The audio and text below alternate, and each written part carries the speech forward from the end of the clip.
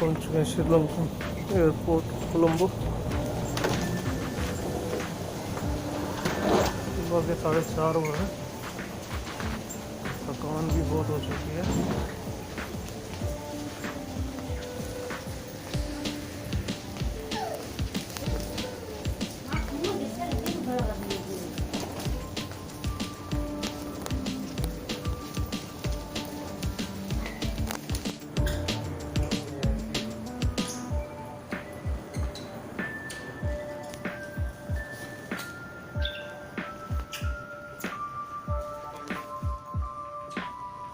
Hello friends, आपको बताना चाहता हूँ कि मैं आज कोलंबो श्रीलंका से निकल रहा हूँ लंदन के लिए। अभी मैं कोलंबो एयरपोर्ट पे हूँ। फ्रेंड्स, जब भी आप कहीं भी ट्रैवल करें कोरोना काल में, ये जो कोरोना टाइम चल रहा है, प्लीज़ एयरपोर्ट पे इमिग्रेशन के लिए अपने सभी डॉक्यूमेंट्स लेके चलें। अगर आप स्टूडेंट हैं, अपना LOA, अपना ऑफ़र लेटर, अपना स्टडी परमिट, अपना पासपोर्ट, ETC, मतलब जो भी आप ले सकते हो वो लो। अगर आप वर्क परमिट पे जा रहे हो, जैसे कि मैं जा रहा हूँ, तो आपको ऑफ़र लेटर की कोई ज़रूरत नहीं है। आपके जो स्पाउस वगैरह हैं उनका स्टडी परमिट, उनका पासपोर्ट कॉपी, उनका वीज़ा कॉपी एंड अपना वीज़ा अप्रूवल लेटर, ये सब लेके चलें। आपको कोई परेशानी नहीं आएगी। अगर आपके पास इनमें से कुछ कम हुआ तो आपको ज़रूर रोका जाएगा, टोका जाएगा। तो इनसे बचने के लिए, परेशानी से बचने के लिए प्लीज़ सब कुछ लेके चलें। मैं अभी एयरपोर्ट पे हूँ, सामने इमिग्रेशन है। इमिग्रेशन मेरी हो चुकी है, बोर्डिंग पास मुझे मिल चुका और मैं अभी निकल रहा हूँ।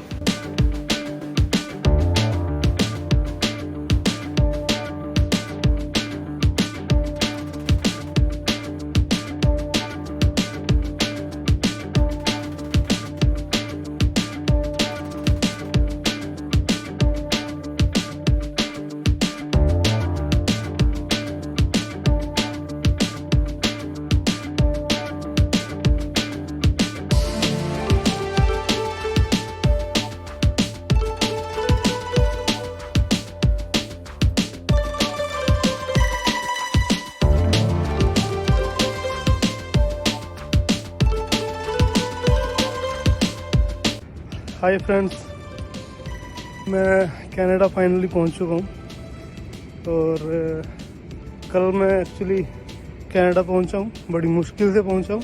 वो सब मैं आपको बताऊंगा कि बीच में क्या दिक्कतें आई हैं और आप खुद को किस तरह प्रिपेयर कर सकते हो। जब भी आप कनाडा के लिए ट्रैवल करें इनडायरेक्ट, किसी दूसरी कंट्री से आपको आना हो, तो क्या क्या आपको डॉक्यूमेंट्स चाहिए, इमिग्रेशन में क्या आपसे पूछेंगे, क्या आपसे डॉक्यूमेंट मांगेंगे, वो सब मैं आपको बताऊँगा। और प्लीज़ आप जसपाल ब्लॉग को सब्सक्राइब करें, शेयर करें और ऑल नोटिफिकेशन ऑन कर लें। फ्रेंड्स, अभी मैं खड़ा हूँ कनाडा प्लेस पे। आप पीछे का नज़ारा देख सकते हैं।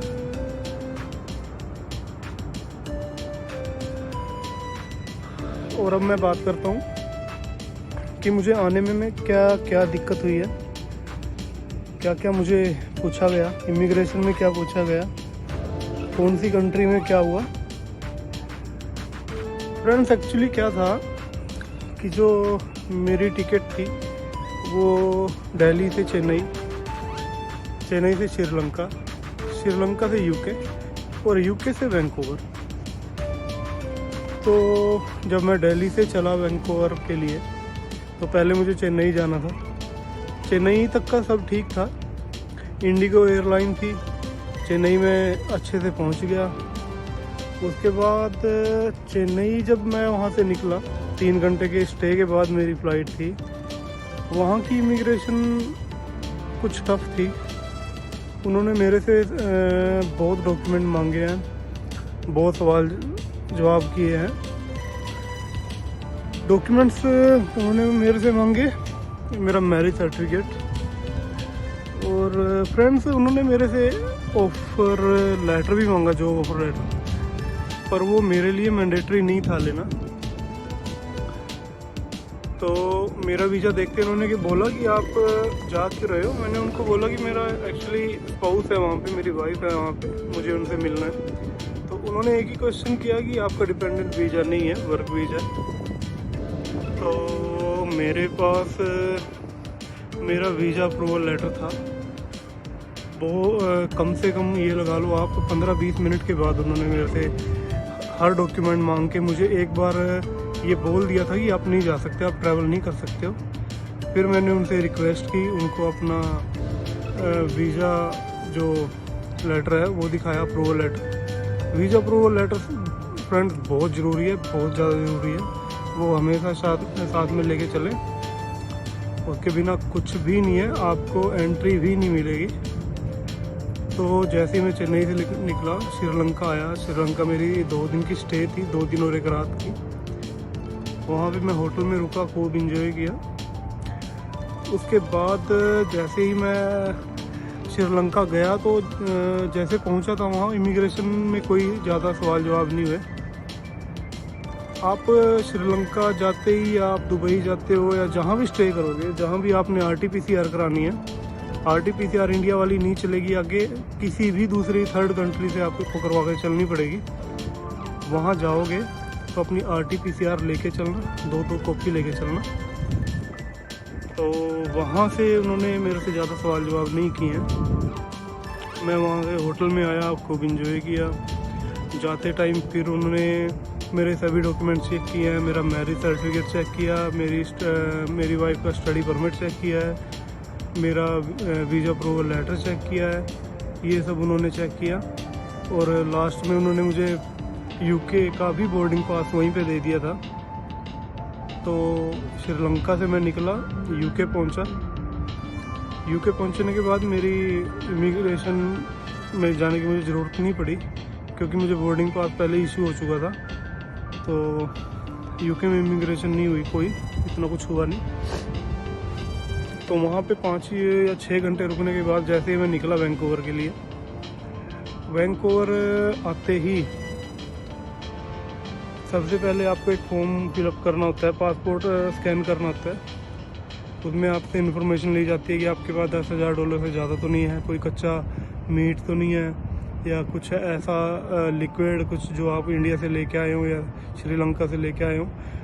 उसके बाद वो होने के बाद अगर स्कैन हो जाता है तो आपको एक फॉर्म फिलअप नहीं करना, अगर नहीं होता तो आपको फॉर्म फिलअप करना पड़ेगा, उसमें भी सेम ही इन्फॉर्मेशन है।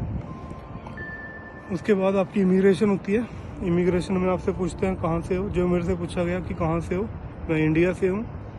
और RT-PCR उन्होंने चेक की, उन्होंने पूछा कि कहाँ से करवाई है, वो मैंने बताया कि श्रीलंका से करवाई है, क्योंकि इंडिया की वहाँ वैलिड नहीं है। ये सब होने के बाद कुछ सवाल उन्होंने ऐसे किए जिनके मैंने जवाब दिए, और वो बोलते कि चलो ठीक है, इतना ज़्यादा वहाँ पे पूछा नहीं। वहाँ से निकलते ही उन्होंने मुझे दूसरे काउंटर पे भेजा। वहाँ पे मैंने उनको अपने डॉक्यूमेंट दिखाए और 10 या 15 मिनट में आगे जाके मुझे वर्क परमिट मेरा मिल गया।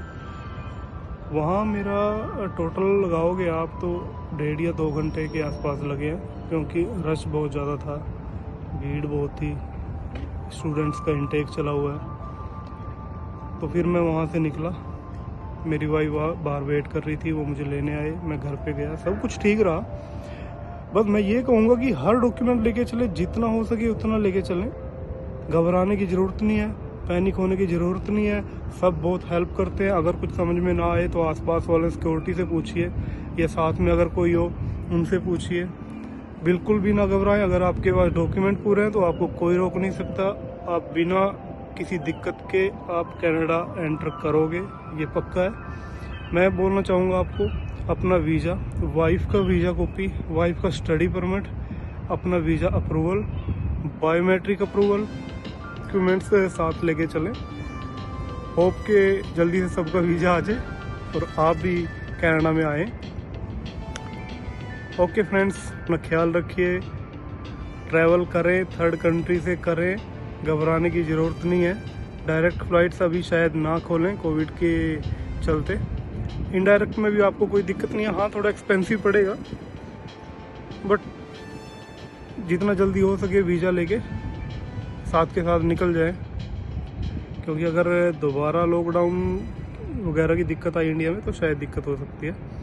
ठीक है, ओके, बाय बाय।